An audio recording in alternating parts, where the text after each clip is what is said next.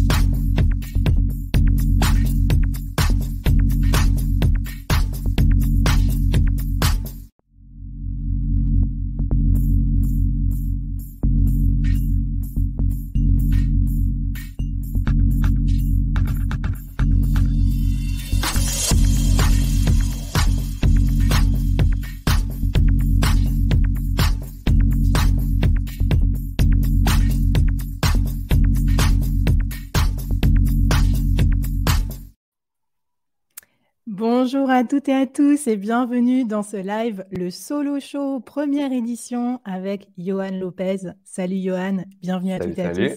Comment Salut tout ça le va Johan? monde. Ça va super. Je suis très contente de te avoir à mon micro parce que pour celles et ceux qui ne savaient pas, la petite anecdote, Johan, tu m'as fait scroller jusqu'à la page 18 de tous mes épisodes de podcast pour Ouais, quand même. retrouver l'épisode qu'on avait enregistré ensemble, diffusé le 25 novembre 2020, n'est-ce pas? Déjà? Ouais. Épisode 13 du board qui s'appelait, je crois, freelance, sidepreneur, entrepreneur, même pas peur. Et C'est ça, donc, j'étais encore freelance pour commettre, ouais. C'est ça.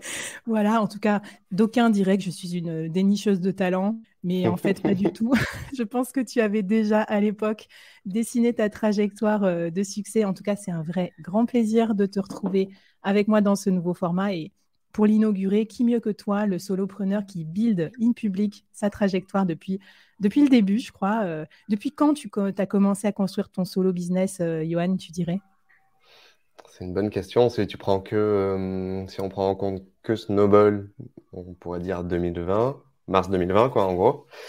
Mais en vrai, j'ai toujours partagé plein de projets, etc., bien avant. Et si on devait revenir, je pense, ouais, en 2000, ça a dû commencer, ouais, un peu 2016, un truc comme ça, ouais.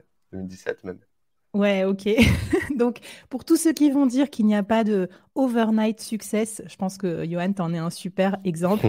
Et en tout cas, c'est mon objectif aussi, tu vois, avec le solo show, c'est qu'on puisse montrer plein de business models emblématiques, tu vois, de solopreneurs, montrer qu'il n'y a pas qu'un modèle possible et surtout décortiquer avec vous. Et c'est ce qu'on va faire pendant 1 heure. On va vraiment ouvrir le capot avec Johan pour comprendre ce qui se cache derrière. Et Johan, je te remercie. Je vous fais un teasing d'enfer parce que Johan, il m'a donné des pépites de transparence et vous vous doutez bien, connaissant Johan, que vraiment, on est allé vraiment décortiquer son business en détail.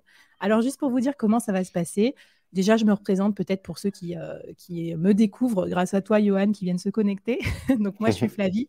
J'ai créé le board Entreprendre bien entouré, donc un média pour les solopreneurs. Ça fait plus de 2 ans et bientôt ça fera 3 ans que j'ai ce média. J'ai fait plus de 300 épisodes et j'avais un format plutôt court puisque c'est 5 minutes par jour. Je fais des mini-séries en fait thématiques où toutes les semaines je vous aide avec des experts ou des solopreneurs pour build votre solo business. Et il me manquait un format long où je voulais rentrer plus en détail justement pour décortiquer vraiment en profondeur ces business models-là. Donc, si vous n'êtes pas encore abonné, allez-y, abonnez-vous. Il y aura un live solo show tous les mois et j'ai déjà constitué mon line-up pour les 6 prochains mois. Et je peux vous dire que ça va envoyer. Il y en aura pour tous les goûts et il y en aura pour tous les business models. Alors, une petite surprise aussi pour remercier ceux qui sont présents au live. Et si vous nous écoutez en podcast, écoutez jusqu'au bout parce qu'il en restera quand même peut-être. Je pense à vous aussi, ceux qui écoutez en replay. Donc, on va vous faire un NFT cadeau à télécharger avec un mot de passe.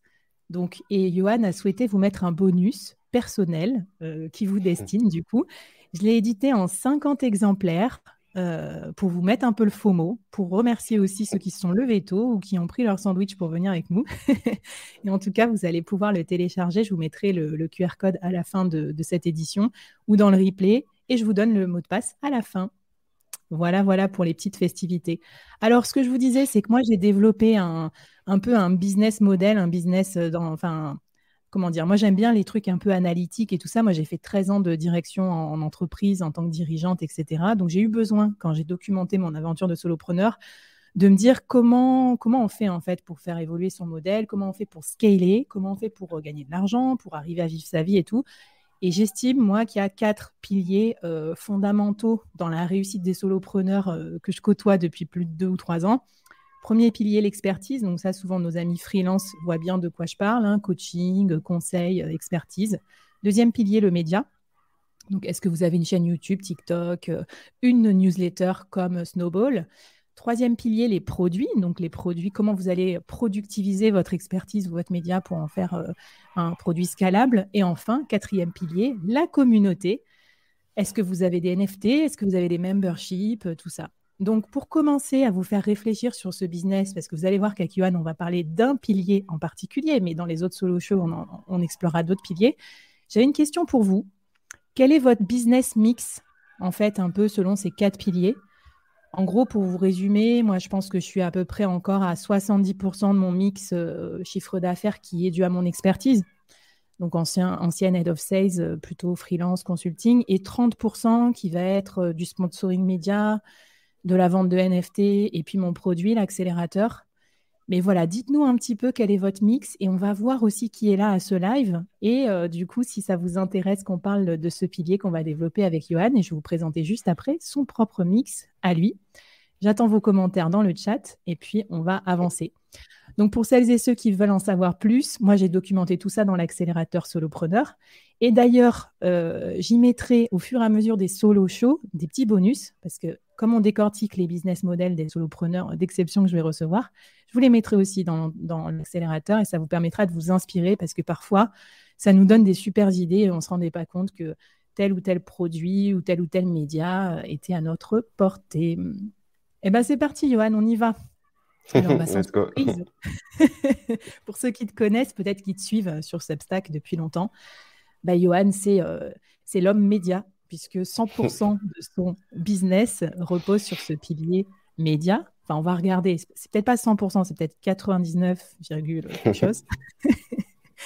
Donc, Johan, pour te présenter, tu es l'auteur et le créateur de la newsletter Snowball.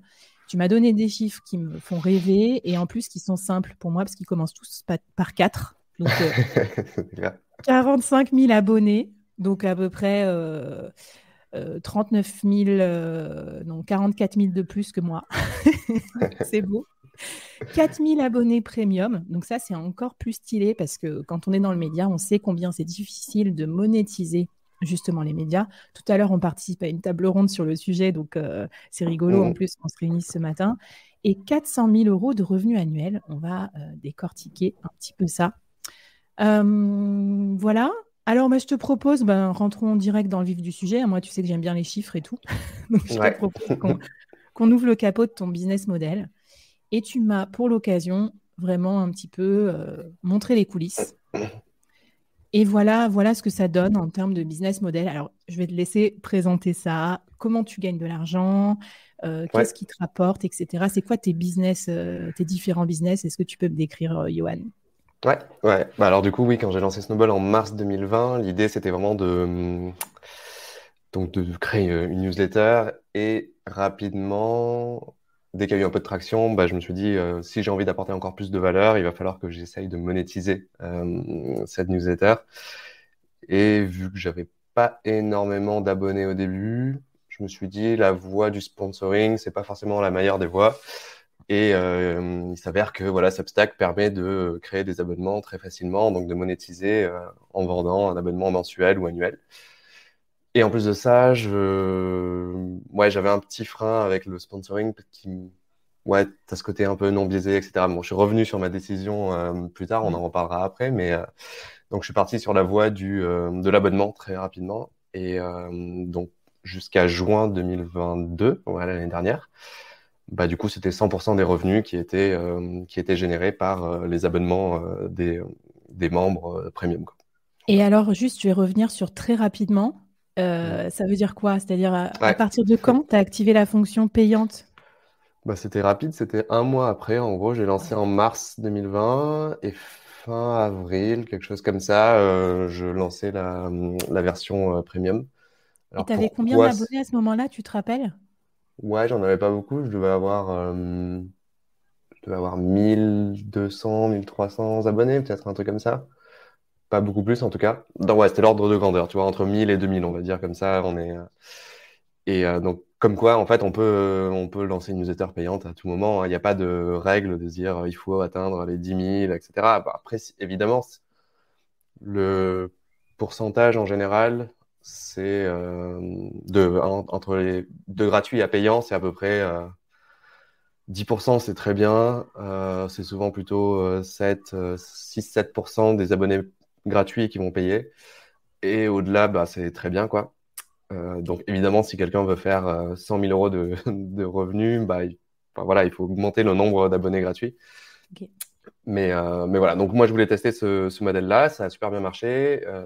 Ensuite, quel était le déclic aussi? C'était vraiment l'aspect, les retours qualitatifs. Donc au-delà du quanti, tu vois, je regardais pas trop la croissance, le nombre d'abonnés, c'était plus les retours des gens. Le retour des abonnés, quand je voyais que les gens me disaient ah c'est cool, j'ai compris ça grâce à toi, ou alors enfin une newsletter qui change, etc. Ben, en fait c'était une forme de validation de ok, j'apporte de la valeur. Et donc C'est ça qui t'a montré un peu l'attraction possible, c'est pas tant les chiffres que plus les ouais, c'est feedbacks. ça. Ouais, ouais, c'est exactement ça. Ouais. C'était vraiment ces feedbacks-là qui m'ont dit ok, enfin qui m'ont Mm. fait dire ok, il y a un truc, euh, donc on peut y aller, quoi. Et c'est là où du coup le modèle premium est arrivé. Après avoir fait une micro-étude, alors je savais, tu vois, que sur le pricing, parce que souvent on se pose 1000 questions avant de pricer un produit. Et Mm. là, la grande question, c'était, je veux que ça reste accessible, donc je voulais pas dépasser les 10 euros, donc je savais que ça allait être moins de 10 euros. Mais j'ai Ok. quand même fait une petite étude.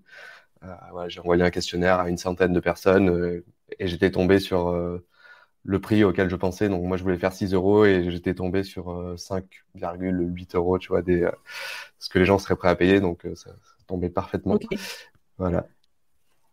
Trop bien. Et du coup, alors, est-ce que tu peux me raconter, avant ça, juste quand même, comment tu as créé Snowball? Parce que, en fait, là, tu es presque déjà, quand tu as créé Snowball et que tu as tes premiers inscrits, tes premiers payants, tu as déjà Mhm. validé ton audience market fit. Mais avant, tu avais Ouais. fait d'autres newsletters qui.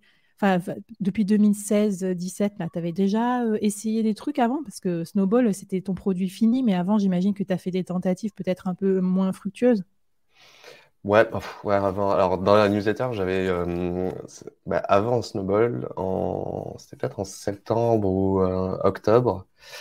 Et c'est marrant parce que c'est Benjamin qui va animer la table ronde tout à l'heure à laquelle on va, parce qu'on bossait ensemble chez Comet et il m'avait parlé de Substack qui venait de se lancer. Et moi, j'avais toujours eu une petite idée en tête. J'adorais aller dans les coulisses des startups et voir comment ça fonctionne, les méthodes de travail, les outils qu'ils utilisent. En fait, ce qu'on faisait nous chez Comet, en toute transparence, tu vois, on partageait nos méthodes pour faire les OKR, les objectifs, les Mm. entretiens d'embauche, tout ça. Et du coup, je me suis dit, en fait, nous, on le partage. Pourquoi pas aller voir ce que font bah, des Spendesk, des Conto, etc., pour le partager à d'autres personnes. Donc, j'avais lancé Behind the Curtain, donc c'était en anglais, en ouais, octobre, je pense, 2020, 2019.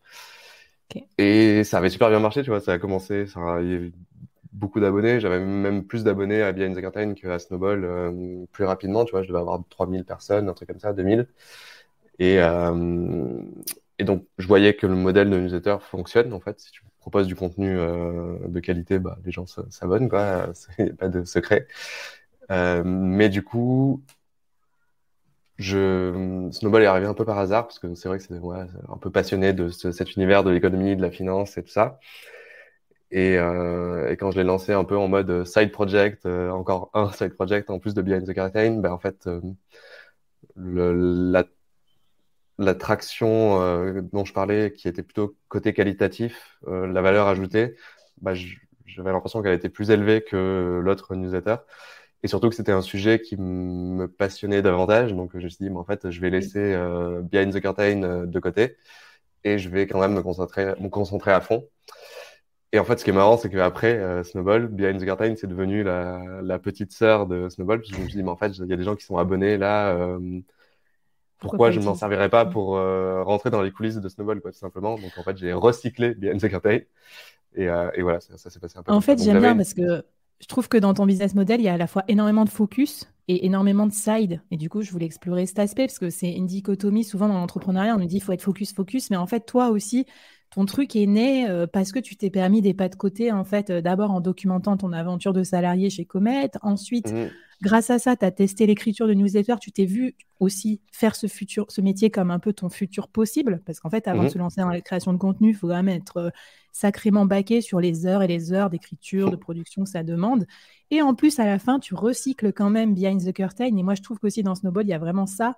Il y a cette notion de build in public qui est très, très puissante. Et je pense qu'il t'a énormément aidé à avoir un produit community build. Donc, Ouais, super intéressant. ouais, c'est Euh, vrai. Quand est-ce que alors, du coup, au début de Snowball payant, ça te rapportait Mhm. combien parlons un peu gros sous, mais notamment au début, et peut-être pour tranquilliser ou rassurer, ou au contraire inquiéter ceux qui nous écoutent. Je sais pas, ça te rapportait combien en euros les premiers abonnements, les premiers mois? Alors, bah, je me souviens du tout premier, le jour où j'ai lancé Snowball, enfin Snowball le premium, je veux dire. Ouais. Je pense que je suis passé de zéro à, alors je me souviens jamais exactement, mais je faudrait que je T'as retrouve pas le fait de chiffre, mais screenshot? de zéro, si, j'en ai un, mais du coup, je pense que ouais, j'ai dû faire 0 à 10 000 euros, bah, quasiment instantanément, sur l'année, hein, évidemment. Ouais. Euh, donc là, tu vois, c'était encore une nouvelle validation dès le lancement. Bah, j'ai vu que les Génial. gens étaient prêts à payer. Euh, et donc rapidement, bah, en fait, attends, je regarde là, 28 avril, voilà, alors 28 avril, j'étais à 8 300 et le 29, donc le lendemain, j'étais à 10 000. Hmm. 5 jours après, 13 000, bon, bref. Ouais, parce que Euh, Substack, ça compte en revenu annuel, hein, c'est ça, ouais, c'est ça, ouais. les Donc, tu as abonnés. des gens qui se sont abonnés en mode, ils payent toute l'année dès le début et d'autres en mode abonnement au mois. Hmm. Et donc, Substack te prend la somme et il te dit, bah voilà, en revenu annuel, les revenus récurrents mensuels plus les revenus annuels, bah, ça te fait X euros, quoi. Ok. Donc, voilà, donc rapidement, tu vois, l'été, donc si je prends, genre, ok, on va dire fin août, j'étais à 40 000, tu vois, donc, ouais, 4 mois après, 5 mois après, un peu un truc comme ça. Donc, en gros, oui, ça peut vite arriver à l'équivalent d'un salaire en tant que salarié, si tu... Hmm. Et donc, tu vois, tu t'es dit, ça t'a validé tout de suite, genre, tu t'es dit, je vais faire que ça, ou quand même, tu gardais des choses à côté pour, je sais pas, pour vivre, ou t'avais un business mix plus diversifié à l'époque, ou t'étais déjà all-in sur la production de médias? Non, mais pendant plusieurs mois, j'étais encore chez Comet en tant que salarié, donc jusqu'au mois d'août, donc voilà, entre mars, le lancement de Snowball, et Hmm. août, bah, du coup, je faisais les deux, sachant qu'il y a eu Covid au milieu, donc il y a eu une partie de chômage, comment t'appelles ça? J'ai oublié le nom déjà.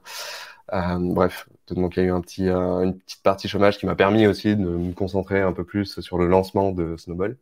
Hmm. Et après, à partir de août, je suis pas parti à 100% de chez Comet, j'ai quand même gardé la partie freelance jusqu'au mois de janvier 2021. Ouais, c'est ça. Ok. Donc j'ai quand même gardé bah, des revenus. En fait, je touchais pas aux revenus de Snowball et j'avais conservé bah, du coup cette activité de freelance avec Comet. Donc en effet, ouais, on va dire que j'avais deux business à ce moment-là qui étaient mon activité de freelance et Snowball. Et après, à partir de janvier, 100%, voilà, 100% Snowball. Ok, janvier bah 2020. super intéressant. Moi, je peux que vous encourager à commencer en side, c'est sûr, hein, en Mm. side de votre activité de freelance ou de salarié. Moi, j'ai commencé en side, le board, Ouais. et du coup, ça m'a pris, je pense, 1 an et demi à décoller vraiment en nombre d'écoutes et tout ça. Et du coup, Mm, c'est à peu près le temps que je l'ai fait en side. Et ça a décollé quand je suis devenue moi-même freelance, solopreneur, donc plutôt cool. Mais vous voyez, 1 an et demi de boulot, c'est quand même mm. Ouais. énorme.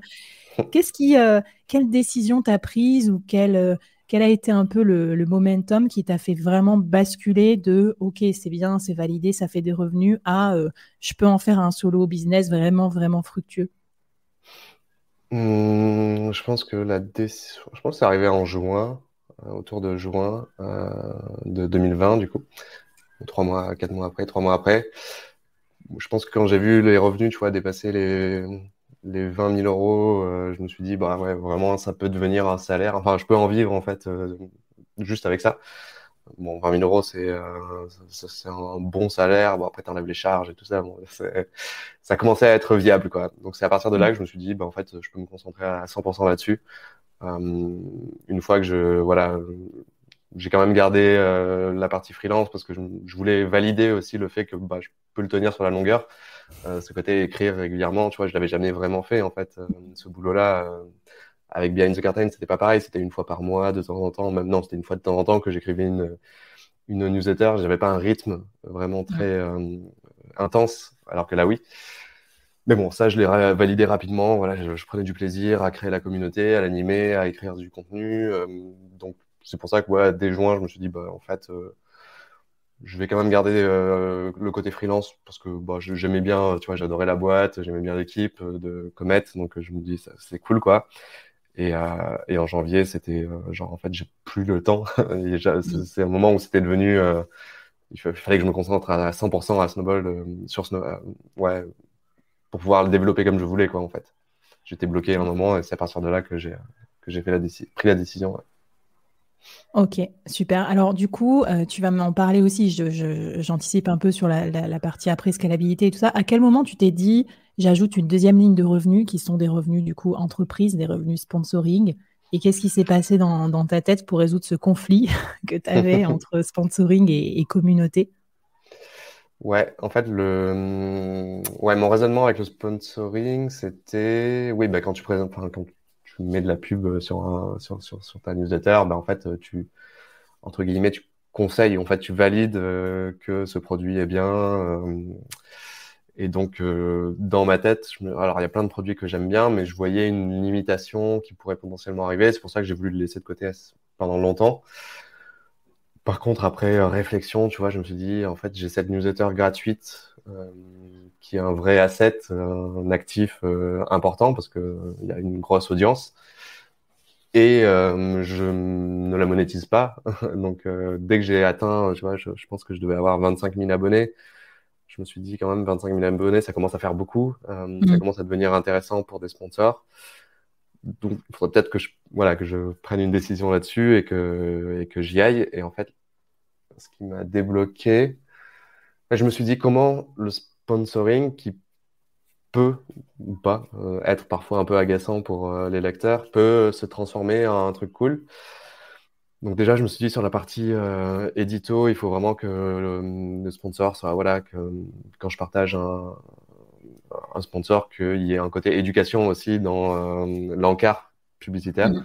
Donc c'est pour ça que souvent, ben, en fait, même si tu lis une pub sur Snowball, tu vas peut-être apprendre un truc. Il y a un côté pédagogique, quoi. Donc ça, Ok. c'était un peu un premier truc. Et le deuxième, c'est je me suis dit, bah, comment je peux utiliser ce revenu supplémentaire pour essayer de le redistribuer aussi à la communauté. Et du coup, je me suis dit, bah, en fait, tous les mois où j'arrive à sponsoriser Snowball gratuit, quoi, bah, je vais moi-même, entre guillemets, sponsoriser un projet d'un membre de la communauté. Mm. Parce qu'en fait, là, l'idée, c'était Snowball avait commencé comme un side project. Comment je peux aider d'autres personnes à lancer aussi leur side project? Et donc là, je me suis dit, bah, en fait, je peux prendre 3 000 euros par mois du sponsoring et en fait le donner à un projet, une sorte de bourse Snowball de side project, quoi. Et donc c'est un peu comme ça que j'ai un peu cassé le conflit que j'avais en interne de sponsoring.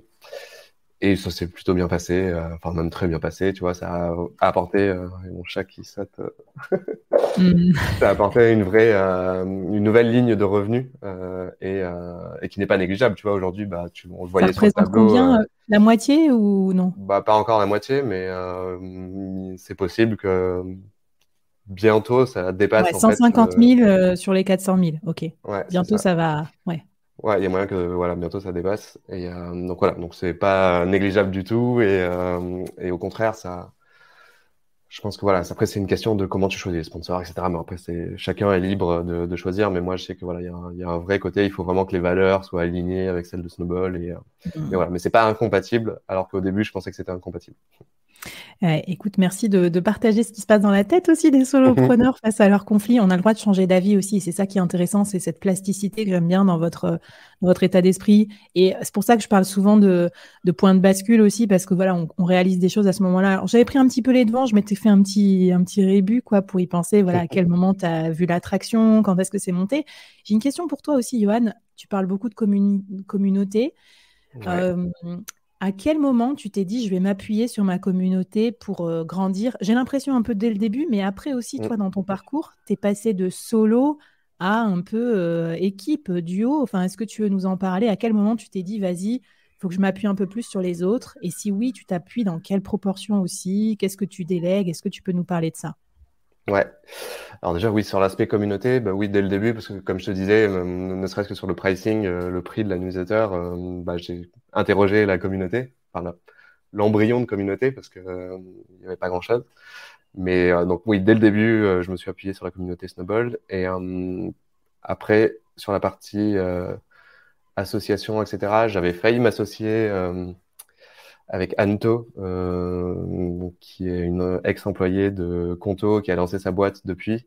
Donc on avait failli s'associer. Donc ça avait commencé en juin parce qu'elle était tombée sur Snowball, sur LinkedIn, je sais plus. Et donc elle était partie, elle avait un peu voyagé. Et donc ça avait bien matché. Elle aimait bien l'univers des finances personnelles, etc.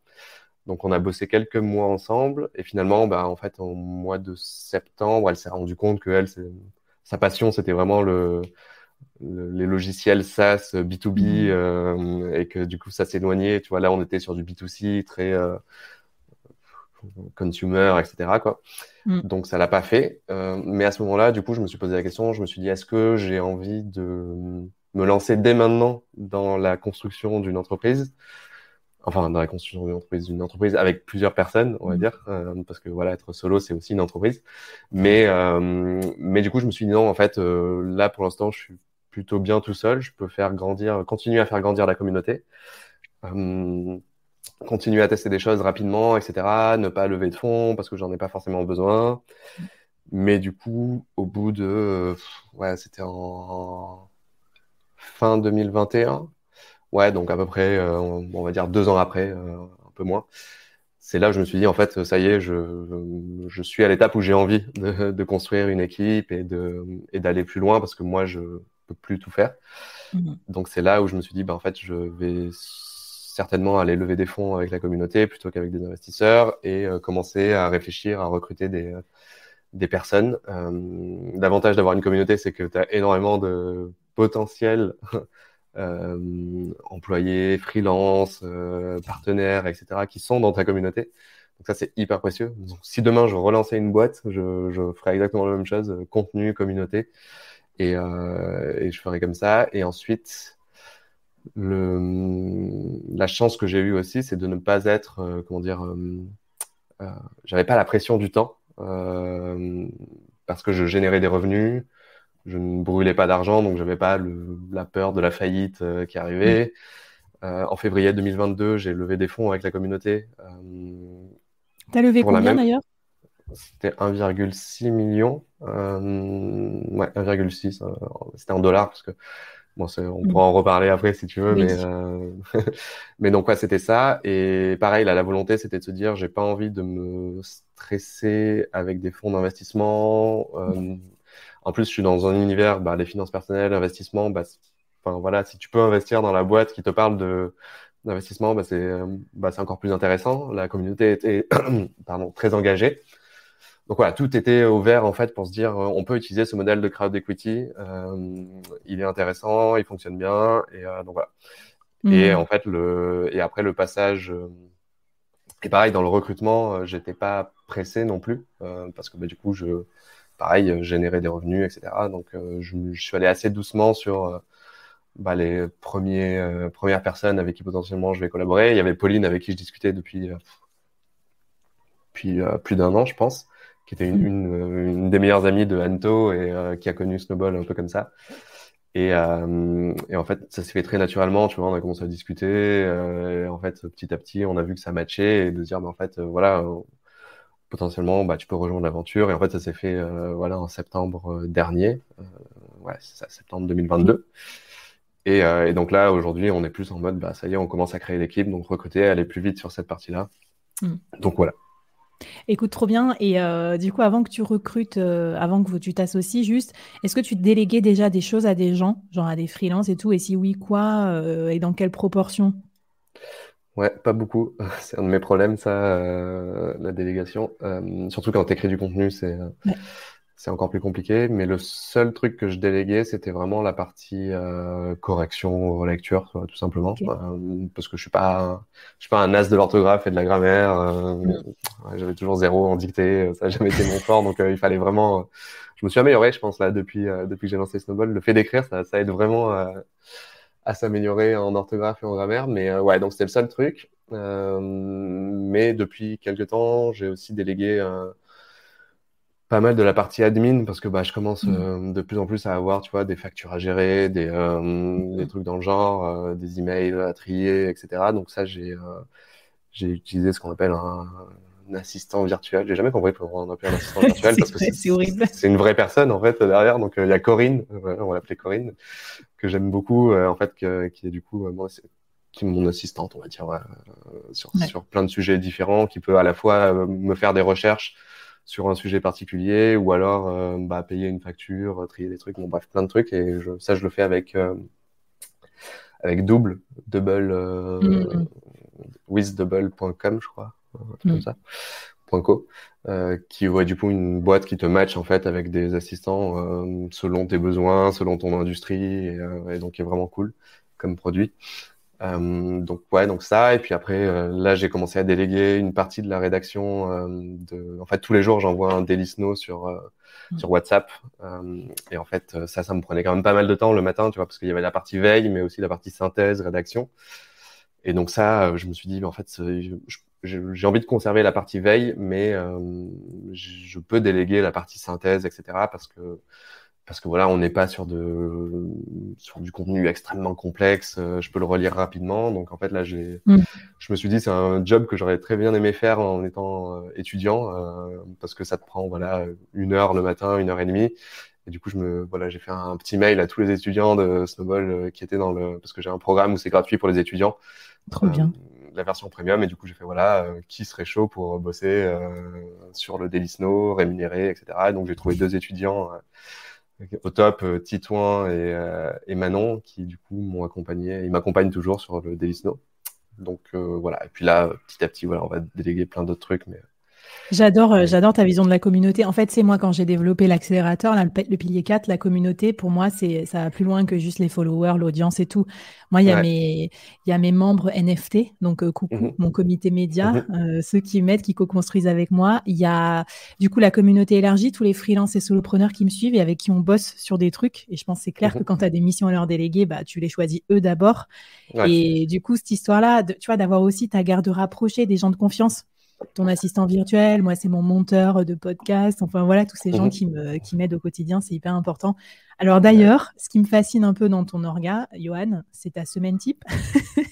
On va y aller parce que je pense que beaucoup de gens attendent de voir ça avec impatience.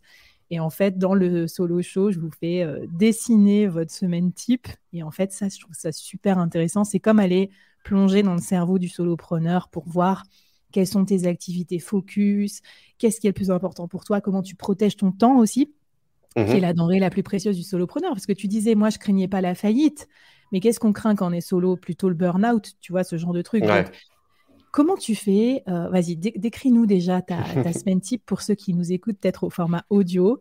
Ouais. Et raconte-nous comment tu la protèges, comment tu l'as fait évoluer, qu'est-ce qui s'est passé depuis quelques années comme ça pour aboutir à cette semaine idéale.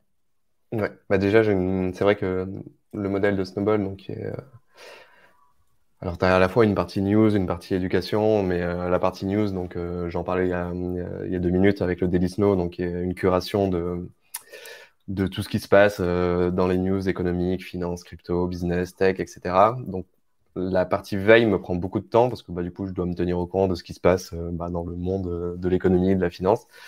Ça, en général, ça arrive, je le fais tous les matins. Donc, en fait, tous les matins, enfin, là, j'ai essayé de simplifier la semaine, mais en fait, c'est plutôt matin, soir, enfin matin, midi et soir, qu'il y a une Mhm. partie veille, mais en fait là, le gros il est le matin parce qu'en fait énormément de news sont des États-Unis, donc je les reçois la nuit et donc je les lis le matin.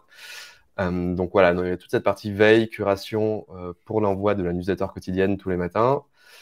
Ensuite, j'essaye de vraiment de pas caler de meeting en journée. J'essaye vraiment de concentrer les meetings le lundi et le mardi entre 14h et 18h.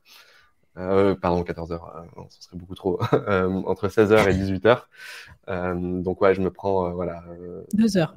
2 heures le lundi et 2 heures le mardi. Et c'est pour ça que je refuse vraiment beaucoup de meetings parce que la plupart, en fait, ça peut être un mail ou alors un doc et on peut échanger sur le doc de façon asynchrone. Donc j'essaye vraiment de limiter au max ça. Alors, dans le meilleur des mondes, ça veut pas dire que je vais refuser un meeting important le jeudi parce que la personne elle peut pas le faire. Enfin voilà, Mhm. ça c'est vraiment un guide et c'est pas gravé dans le marbre. Et ensuite, bah du coup je termine par la veille comme je l'ai mis et puis voilà, je fais mon sport le soir et le le truc que j'aimerais bien virer de la semaine, c'est le fait de bosser le week-end aussi parce que vu que vu que j'envoie une newsletter le dimanche soir, et j'aime bien, enfin voilà, j'ai envie de garder ce créneau du dimanche soir parce que Ok. il y a très peu de newsletters en fait que tu reçois le dimanche soir, donc Mhm. comment dire, c'est un créneau où il n'y a pas beaucoup d'embouteillage dans ta boîte mail, et en plus ça permet aux gens bah, de commencer le lundi, ceux qui le lisent pas le dimanche soir. Alors il y en a beaucoup qui lisent le dimanche soir, c'est marrant Mhm. quand même. Et donc ouais, ça j'ai envie de le garder, mais j'aimerais bien quand même arrêter de devoir le rédiger le week-end. Alors quand j'étais tout seul, c'était compliqué, mais là je pense que voilà, il y a des parties que je vais pouvoir déléguer potentiellement et en fait pouvoir me libérer ce temps. Parce que comme tu disais, enfin, voilà, c'est pas viable sur plusieurs Non, mais années en c'est fait de pas bosser tous viable. les Mais jours. du coup, moi, ça me fait rire, hein, toute proportion gardée, parce qu'en fait, je me suis rendu compte en utilisant Toggle et en traquant tout mon temps depuis septembre pour voir. Mhm. Ben, en fait, moi, je travaille 7 jours sur 7, un peu. Ouais, Tu bah vois, en ouais. gros, moi, je suis plus du genre à travailler tous les jours un peu Mhm. et à me prendre aussi un peu de loisirs tous les jours, un peu de sport et tout comme toi, que en Ouais. fait à faire la semaine de 4 jours. Alors que tu vois, spontanément, tu m'aurais posé la question, je t'aurais dit, ah bah ouais, je concentre, je fais des sprints à fond et après, j'ai mon Mhm. week-end. Et en fait, pas du tout. Moi, je fais mes podcasts pendant la sieste des enfants, le week-end et tout. Et tu as raison de dire aussi que bah, quand tu vis en collectivité, notamment avec la famille, les enfants et tout, ça commence un peu à se télescoper.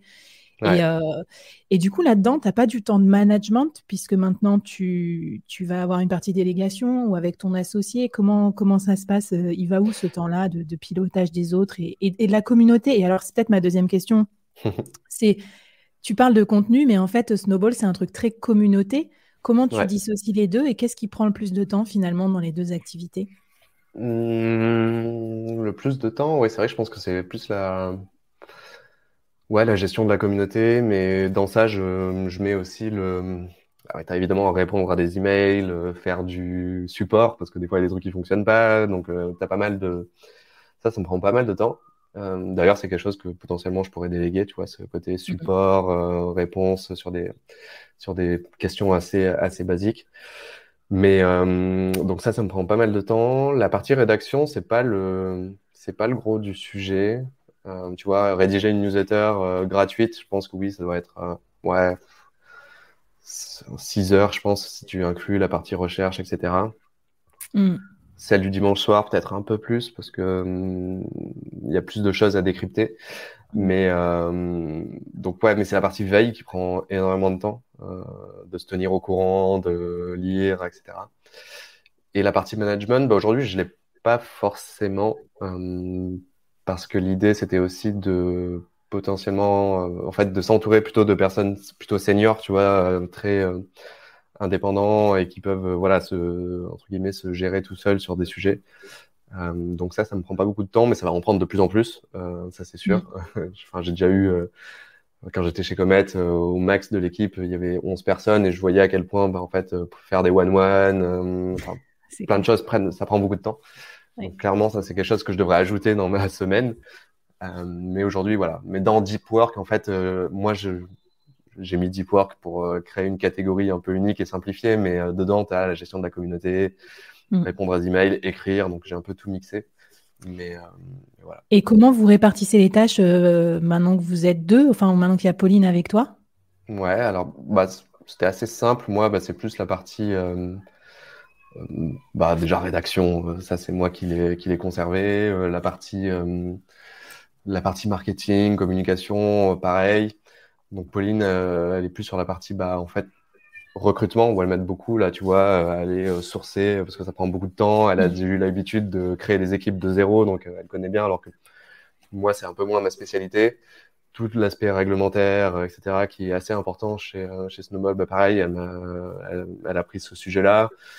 On avait testé une partie conseil, donc un nouveau produit.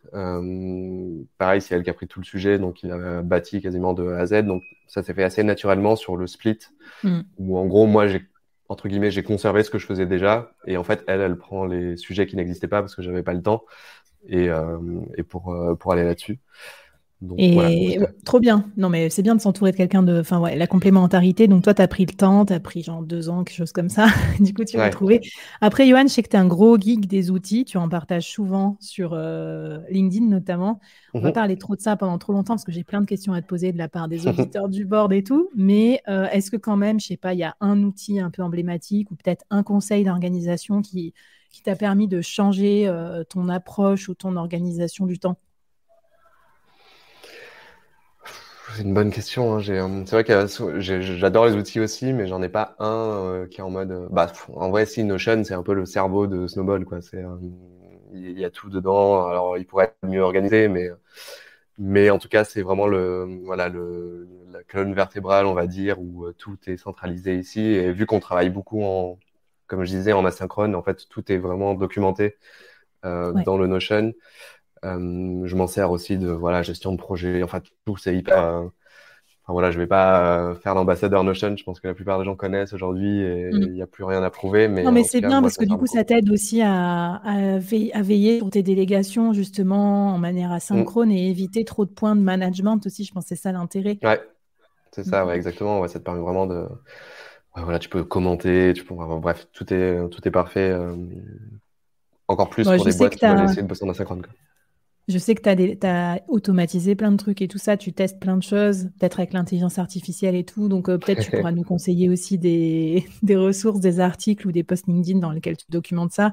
Suivez Johan, de toute façon, pour avoir de LinkedIn public parce que j'adore, parce qu'à chaque fois, tu donnes des exemples précis, comme quand tu avais utilisé WhatsApp pour ton service de coaching sur les finances perso, ce genre de trucs. Donc, j'aime beaucoup et je trouve que c'est bien parce qu'à la fois, il ne faut pas se perdre dans l'objet brillant du solopreneur parce que sinon, tu passes ta vie à intégrer des nouveaux outils.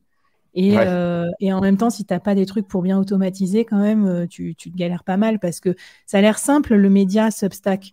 Mais en fait, pour rajouter les gens à une liste, ensuite pour faire des séquences, pour gérer la comptabilité, il y a plein de petites galères, des micro-galères comme ça qui sont un peu pénibles. C'est ça. Est-ce que on va passer à la suite? Alors du coup, si vous avez des questions à poser à Johan, c'est le moment, parce que ça va être la dernière partie de notre live. Et là, je voulais décoder un peu avec toi ta philosophie quelque part derrière le soloprenariat, parce que derrière chaque solopreneur, il y a un peu un état d'esprit. Il y a des écoles, on va dire. Du coup, je t'ai préparé quelques questions express. Et puis, j'aimerais bien qu'à la fin, on réponde aux questions des personnes présentes au live. Donc, allez-y, posez vos questions dans le chat. Et puis, moi, je vais poser mes petites questions à Johan. Alors, Johan, déjà, qu'est-ce qui te fait le plus kiffer dans cette vie de solopreneur? Je peux encore dire que tu es solopreneur parce qu'en tout cas, sur ton aspect content, c'était vraiment, c'est toi l'artisan de Snowball. Qu'est-ce que tu en penses? Il y a deux trucs, je pense. Le premier, c'est les retours des utilisateurs, on va dire, des membres de la communauté. Ça, c'est vraiment un truc. En fait, il n'y a rien de mieux, tu vois, de recevoir un mail ou un WhatsApp de quelqu'un qui te dit, en fait, grâce à toi, je me suis débloqué sur ce sujet-là, ou j'ai appris un truc, etc. Donc ça, très, très gratifiant. Et je pense que c'est la principale raison que beaucoup d'entrepreneurs, c'est ce qui fait que beaucoup d'entrepreneurs en fait continuent, c'est d'être animés par ce sentiment d'être utile, de construire un truc qui est utile. Et le deuxième truc corollaire, c'est construire en fait tout simplement. En fait, j'adore construire des choses et c'est pour ça que j'aime bien tester plein de nouvelles choses. Et comme tu dis, il faut trouver le juste milieu entre ne pas se disperser et tester des trucs parce que tu aimes faire ça. Donc voilà, c'est ces deux-là en fait, construire, tester, innover et se sentir utile en fait, tout simplement. Trop bien, j'adore. Je me reconnais tout à fait dans le côté construction. Moi, je jouais beaucoup à des trucs genre SimCity, les Lego, Ouais, les trucs comme ça. Je sais que toi, les Lego, tu les conseilles en ouais, j'adore. investissement en plus, donc je kiffe. Et d'ailleurs, j'ai hâte. Ma fille, elle a 3 ans et demi, mais bientôt les jeux de construction. Donc voilà, trop bien. Qu'est-ce que tu détestes dans la vie de solopreneur? C'est une bonne question. Je sais pas s'il y a un truc que je déteste vraiment. Bah, ouais, c'est un peu une réponse un peu pourrie, mais autant T'as le droit de j'adore. dire non, hein. Non, mais j'adore, tu vois, j'adore être seul parce que tu avances plus vite, etc. Mais souvent, j'adore aussi être à deux pour pouvoir, tu vois, faire un ping-pong d'idées, pour aller plus vite. Donc, T'as un j'aime pas trop conflit. le côté seul. Ouais, il y a un conflit, mais du coup, je pense que mon conflit, enfin, il est vite résolu parce que en fait, j'aime bien être seul, mais en fait, je préfère être plusieurs. Donc, en fait, c'est juste après je pense que c'est des différents types de boîtes. Tu vois, tu as des boîtes où en fait, tu as beaucoup comment dire, d'ownership et du coup, en fait, les gens peuvent avancer seuls en fait sans avoir à faire 1000 réunions, etc. Mm. Donc après, c'est plus comment tu construis ta culture d'entreprise pour conserver ce côté. En fait, je peux avancer tout seul parce que j'ai un cadre bien délimité. Mais je pense Et que ça, c'est... la communauté, c'était ta solution toute trouvée, en fait, parce que du coup, la Oui, communauté, c'est ça. elle s'auto-alimente aussi. Les gens, ils sont Ouais. autour de toi, avec toi, mais ils échangent entre eux. Et du coup, Mhm. ça te permet, toi, d'être un peu plus en recul de temps en temps quand tu as besoin de solitude, tu vois. Alors que si tu étais, je sais pas, une toute petite équipe, il Ouais. faudrait que tu sois là tout le temps. Est-ce qu'il y Ouais. a un mythe que tu as envie de dégommer sur le côté solopreneur? Parce qu'on voit quand même beaucoup de trucs sur LinkedIn qui font un peu rêver, paillettes et tout, voilà, profitons-en pour remettre les pendules à l'heure. Euh, hmm. Le mythe, je pense que oui, que c'est clairement pas pour tout le monde. On a l'impression que c'est simple, tu vois, que tu peux lancer une newsletter, un podcast, faire du coaching, du copywriting, du ghostwriting pour des CEO ou autres sur LinkedIn. Mais je pense que oui, là, ouais, c'est là où je pense que l'avantage du side, tu vois, de créer d'abord un side project en même temps que tu bosses, etc., tu te rends compte si tu aimes construire un truc tout seul et sans prendre le risque de tout lâcher, de dire allez, j'y vais.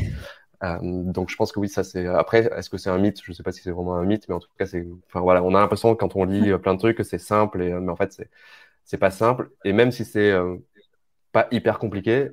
C'est clairement pas pour tout le monde dans le rythme de vie. Tu vois, tu disais toi, tu travailles tous les jours. La plupart des solopreneurs, enfin, ils font ça en vrai. Si tu es passionné par ce que tu fais, en fait, tu vas bosser un peu tous les jours. Et est-ce que tu peux le concilier avec ta vie de famille, tout ça? Bon, bref, il y a plein de. Mm. Mais Ouais, voilà, la je pense charge que c'est ça mentale, un peu. disons, est peut-être tout aussi élevée que si tu fais des trucs peut-être plus complexes d'entreprise. Ok, super intéressant. Mm. Quand, bon, toi, c'est peut-être plus facile parce que tu as un média, mais j'allais dire, tu dis quoi à ta mère quand elle te demande ce que tu fais dans la vie? Parce que tu n'as plus Bon, un CDI classique, elle est pas inquiète? Non, non, pas du tout. Non, mes parents, ils ont l'habitude que je prenne des décisions un peu comme ça de nulle part. Donc non, je lui dis j'écris une newsletter sur les finances personnelles, voilà, tout simplement. Donc non, elle comprend très bien. Alors ouais, pas tous les projets, la partie fintech qu'on est en train de construire, c'est un peu plus Mm. loin, donc c'est un peu plus flou. Donc même pour moi, c'est plus flou. Donc pour ça, je la Mm. comprends qu'elle ne comprenne pas, mais voilà. Ok, ça marche. Est-ce que tu peux me parler euh, comment dire, d'une super bonne idée que tu as eue et qui n'a pas du tout marché? Ou à l'inverse, d'un risque que tu as pris et qui a été très, très payant? Une super bonne idée. Enfin, en solo, la partie solopreneur. Bah ouais, si on avait lancé un petit projet avec une amie, Sarah, et on va d'ailleurs peut-être le relancer grâce à Snowball. mais qui s'appelait Happenstance. Et l'idée, c'était de matcher une personne au hasard avec une autre personne par mail une fois par mois. Donc, tu pouvais être matché avec quelqu'un qui vit au Costa Rica. Et c'était un peu de faire un mode, le côté, les correspondants qu'on avait quand on était petit, mais un peu en mode aujourd'hui, quoi. Et ça avait super bien marché. On avait, tu vois, genre, je sais plus, 5000 ou 6000 personnes qui s'étaient abonnées. On s'était mis sur Product Hunt. La presse parlait de nous en Inde, etc. Mais en fait, on n'a pas réussi à automatiser le truc et en fait, à y consacrer assez de temps. C'est ça aussi, en fait, qu'il faut.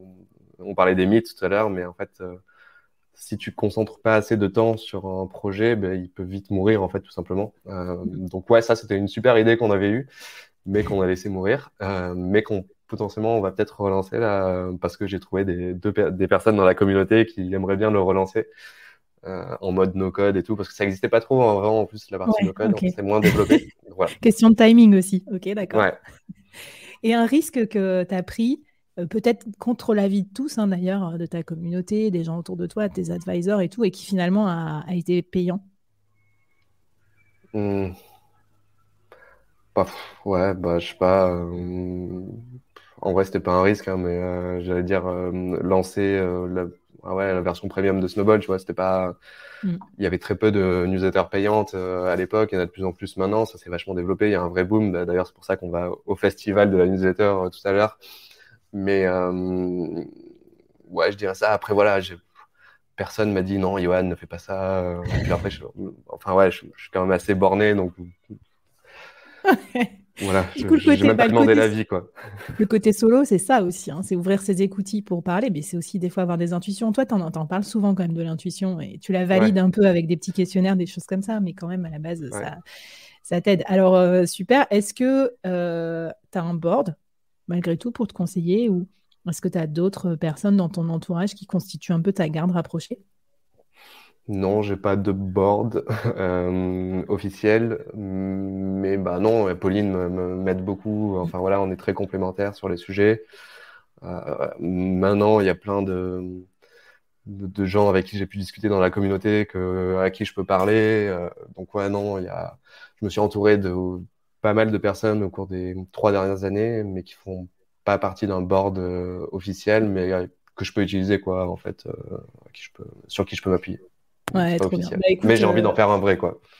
ouais, non, mais je comprends. Mais après, moi, j'en ai pas non plus. Et finalement, je pense que mon podcast, c'est mon board, en fait. Parce que du coup, toutes les semaines, j'ai des gens qui m'aident. J'ai la communauté aussi. Et j'aime bien ce côté foisonnant. Parce que du coup, à chaque problème, je vais solliciter différentes personnes. On en parlait avec Carlos Diaz dans un de nos podcasts, là. Et Ouais. il pensait ça aussi. Tu vois, il a plutôt des boards par problème ou par Mhm. sujet. Est-ce qu'il y a quelque chose, je sais pas, une espèce de tendance faible que toi, tu as compris avant les autres, un petit peu? Soit là maintenant, soit dans le cadre de Snowball et qui t'a fait vraiment décoller, quoi. Hmm. Bah, ouais, on pourrait dire que bah, le fait de se concentrer sur la newsletter, c'était un. Bah, encore une fois, tu vois, il y en avait très peu en France, en tout cas, il y en avait beaucoup aux États-Unis, mais en France, c'était pas développé. Aujourd'hui, on en voit foisonner dans tous les sens, ça, c'est trop bien. Mais du coup, je pense que ouais, se concentrer voilà, sur le média newsletter, c'était pas forcément, tu vois, c'était plutôt TikTok, YouTube, etc., le podcast. Mais la Ouais, c'est ça, newsletter, c'était elle était, plutôt incarné, média, multimédia, quoi, vidéo, ouais, beaucoup c'est YouTube et ça. tout. Mm. Donc je pense que ouais, ça, c'est, voilà. Après, ça, c'est très lié. Encore une fois, voilà, j'étais pas en mode, oula, j'ai une vision, je vais faire ça. C'est juste que j'aimais bien écrire et en fait, ce format s'y prêtait bien, quoi, tout simplement. Et j'aimais bien lire des newsletters. Donc c'était pas plus, voilà, c'était une intuition, encore une fois. Je me suis dit, bah, en fait, si moi j'aime bien, enfin, en général, c'est ça, quand je réfléchis à un produit ou à une idée, je me dis, si moi je trouve que c'est cool, c'est que potentiellement il y a des dizaines de milliers d'autres personnes. En fait, enfin, on est différents les uns des autres, mais on est aussi très, très similaires. Mm. Donc c'est pour ça que si je trouve un truc cool, je sais que potentiellement d'autres gens vont le trouver cool, quoi. Trop bien. Bah, écoute, c'est bien aussi parce que je pense que le solopreneur, il adapte aussi à sa vision et à son kiff, parce que c'est sa semaine idéale aussi, bah, son business. Parce que ça serait quand même trop bizarre de faire un truc tout seul avec autant d'acharnement, autant staccanoviste et que t'aimes pas faire en plus. Donc, Ouais. excellent. Allez, la question dure pour la fin, mais on fera peut-être des produits dérivés comme ça te rajoutera quelques 0,000x% à ton business model. Si tu avais un t-shirt de start-up ou un sweat, si tu étais une vraie start-up, parce que tu es presque plus profitable et plus de chiffre d'affaires que la plupart des start-up qui se lancent, tu mettrais quoi sur ton suite? Ce serait quoi ton slogan, ton motto? Il faut absolument que ce soit un moto. Non, mais oui, j'aime bien. Après, oui, est-ce que ça va être celui de Snowball? Je sais pas, mais en tout cas, moi, j'aime bien dire que je suis. En fait, ouais, c'est ça. Je suis quelqu'un d'optimiste, mais en tout cas, enfin voilà, optimiste, mais pessimiste dans le sens où j'essaye toujours de me préparer au scénario catastrophe. Donc, j'avais trouvé une phrase, mais je l'ai perdue. Je l'ai écrit dans le dernier Snowball d'ailleurs. Ah, je la retrouve plus. Mais il y aurait un truc où il y aurait un jeu de mots avec optimiste, pessimiste, des trucs qui sont contraires, mais en fait, si tu les mets ensemble, ça fonctionne super bien. Mais j'ai oublié. Désolé. Non, t'inquiète. On va remettre ça dans les notes du live et on éditera le t-shirt si ça vous plaît. Allez, c'est parti pour les questions du public. Johan, on en a deux, trois. J'en ai posé Trop bien. plein déjà dans tout le live, en fait, parce que j'avais des gens qui m'avaient écrit toute la semaine. Une petite question outil de la part de Marie, qui développe évidemment des super communautés avec Fleet, le collectif des freelances Web3, dont je fais partie. Tu utilises WhatsApp pour ta communauté ou quel outil communautaire est ton favori et pourquoi? Alors, WhatsApp, je l'utilise que en mode broadcast, donc c'est-à-dire comme une newsletter en fait. Les gens peuvent pas communiquer les uns avec les autres. C'est pas un groupe. C'est vraiment comme une newsletter. Mais par contre, ils peuvent répondre, donc comme un mail, quoi, tout simplement. Mais par contre, pour la communauté, j'utilise deux outils, en fait, pour le temple de la communauté, là où ils peuvent parler, etc. J'ai du coup Discord, qui est vraiment très bien pour tout l'aspect temps réel, communication en temps réel, et j'ai une sorte de forum que j'utilise, enfin, que j'utilise un produit qui s'appelle Peerboard, Peerboard, qui est vraiment un peu un forum à l'ancienne, du coup beaucoup plus lent dans le type d'utilisation. Donc tu vas poser une question et avoir des réponses un peu plus longues que sur un Discord où il y a plus de bruit en fait sur le Discord. Donc j'ai voulu vraiment séparer ces deux types de communautés. Une Ok, beaucoup plus orientée pédagogie et l'autre beaucoup plus temps réel. trop bien. Mais écoute, merci pour ton tips. Une deuxième question de Claire. Comment tu as fait pour trouver le temps de construire ton side project et donc ton activité qui fait tout ton succès aujourd'hui en ayant une activité salariale ou freelance? Je pense que on est beaucoup à se poser la question. Euh, je pense que déjà sur la partie rédaction, en fait, il y a un côté facilité à écrire que moi j'ai, et d'autres personnes ont une facilité à enregistrer des podcasts, à faire une vidéo, un TikTok, etc. Donc il y a ce côté-là, en fait, moi par exemple, tu vois, quand j'écris une newsletter, je fais quasiment pas de plan, je déroule mon truc et en fait le plan se fait au fur et à Ça mesure. sort. Mm. Donc en fait, ça va beaucoup plus vite que beaucoup de personnes. Donc ça a aidé ce côté-là. Et après, il y avait aussi l'aspect d'en faire vraiment, c'est ce que tu disais tout à l'heure, de faire un peu tous les jours. En fait, c'est un peu comme quand tu apprends la guitare. En fait, si tu fais un peu de guitare tous les jours, au bout d'un an, tu vas commencer à savoir jouer Tu bien. seras le beau gosse sur Et la en fait, plage qui peut c'est draguer ça. quoi, au coin du feu. Eh Exactement. Et ben, c'est pareil sur le side project, quoi. Un trop peu tous bien. les Mais jours. Claire, moi, si ça peut t'aider, comment j'ai commencé le board, c'est un peu drôle. J'ai commencé à prendre mon temps d'Instagram, qui servait à rien, à scroller, je sais pas quoi. Je l'ai transformé en, je vais écrire un post par jour sur le leadership à l'époque. Parce que je sais pas, j'étais membre de Comex et tout, donc voilà. Et du coup, ce temps-là, j'ai fait 1 heure par jour d'Instagram, un peu de production de contenu. Et après, ça s'est transformé en le board plus tard. Donc moi, je pense Ouais. qu'aussi, transformer certains temps inutiles, type scrolling, en rédaction de newsletter, ça peut aider. Même si c'est 1 heure par jour, tu peux aboutir à des trucs super cool, quoi. Ouais, c'est sûr. Voilà, j'ai une dernière question, Jean-Emmanuel. Alors, la newsletter du dimanche te donne-t-elle un avantage sur ton segment? Et est-ce que tu traites aussi des choses arrivées le week-end qui peuvent faire la différence? Alors, d'ailleurs, je fais une petite aparté. Toi, tu ne te facilites pas la tâche parce que c'est pas du contenu evergreen. En plus, c'est aussi quand même un peu du contenu d'actualité. Donc, ça rajoute dans ton poids d'organisation de solopreneur. Donc, Ouais. et ouais, tu nous as pas beaucoup parlé de tes concurrents, mais du coup, je trouve que c'est ça qui est intéressant dans la question de Jean-Emmanuel aussi. Est-ce que tu as des concurrents et si oui, lesquels? Il y a des concurrents, oui et non. parce que le contenu est quand même différencié. À part Netflix, je veux dire, ou la sieste. Non, mais oui, t'as d'autres newsletters, mais pour moi, c'est pas vraiment des concurrents, c'est très complémentaire. Tu vois, t'en as qui sont sur les cryptos 100%, alors que moi, j'en parle un petit peu. T'en as qui sont sur que la bourse, alors que moi, je parle de tout plein d'investissements. Donc, ouais, une newsletter aussi généraliste, en fait, j'en connais pas en France, même ailleurs. Donc, ça, c'était un peu un choix. Donc, ça, je pense que ça aide. Et est-ce que ça me donne un avantage? Non, pas vraiment, parce que il se passe pas grand-chose le samedi dimanche. En fait, si ça a déjà arrivé, tu vois, une ou deux fois où il s'est passé un gros truc le vendredi et c'est devenu un sujet du dimanche.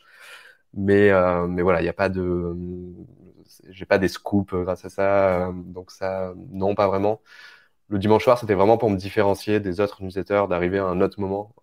Et je trouvais que voilà, c'était vraiment l'extrême possible d'envoyer une newsletter à 22 h le dimanche soir, qui est pas du tout un truc que auquel tu aurais pensé par intuition, mais en fait qui fonctionne bien.